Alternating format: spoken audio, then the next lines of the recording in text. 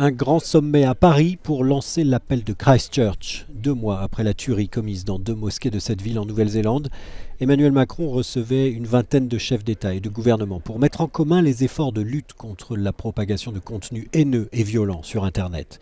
Un effort historique pour la première ministre néo-zélandaise dont le pays reste extrêmement choqué par les 51 victimes de cette tragédie. La dimension réseaux sociaux lors de cette attaque, dit-elle, est sans précédent. Et notre réponse aujourd'hui, avec l'adoption de l'appel de Christchurch, est également sans précédent.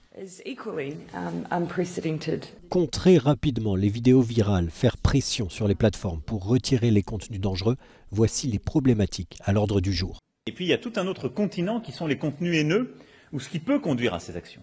Ce qui est cette zone grise beaucoup plus complexe, sur laquelle nous sommes en train de travailler. Et là, le forum qu'on a créé va nous permettre d'avancer, et c'est toute la discussion que j'évoquais tout à l'heure et qu'on a déjà eue avec Facebook. C'est-à-dire, typiquement, cette personne, elle a été conduite jusque-là, et d'ailleurs ça a été montré parce qu'elle avait eu accès en ligne à des contenus de caractère raciste. Uber, Google, Samsung, IBM, leurs CEO, invités à Paris, eux aussi, ont participé en parallèle à un atelier de travail. Facebook, dont le patron Mark Zuckerberg a rencontré Emmanuel Macron il y a quelques jours, a annoncé qu'il allait restreindre l'utilisation de sa plateforme de vidéo en direct.